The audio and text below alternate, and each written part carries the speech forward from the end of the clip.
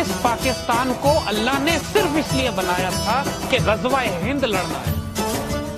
हुजूर की इस हदीस में पूरा होना है कि हिंदुस्तान पर मुसलमान दोबारा कब्जा करेंगे। Sancağını dağa taşa öptürüp duman gibi şu dağları bürüyün, deryalara selam resmi yaptırıp göklerdeki bulut gibi yürüyün.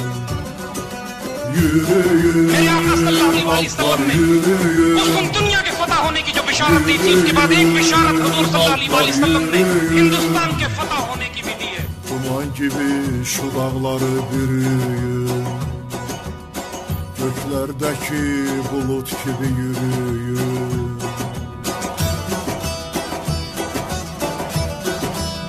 जंग कश्मीर से शुरू होगी और फिर वहां से फैलते फैलते ये पूरे हिंदुस्तान को अल्लाह ताला पाकिस्तानी फौजों के कब्जे में दे देगा। Karşıdaki duman çıkan bacadan sen gelmeden iniltiler çıkardı.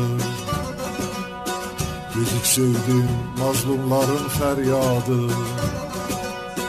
yeri gökü kainatı yakardı. Yürüyün altlar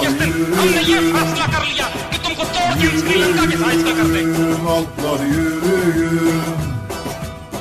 Duman gibi şu dağları bürüyün, göklerdeki bulut gibi yürüyün.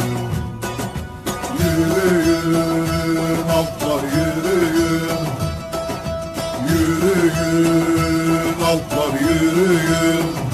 लब्बैक ग़ज़वा हिंद, लब्बैक या सय्यदी या रसूल अल्लाह।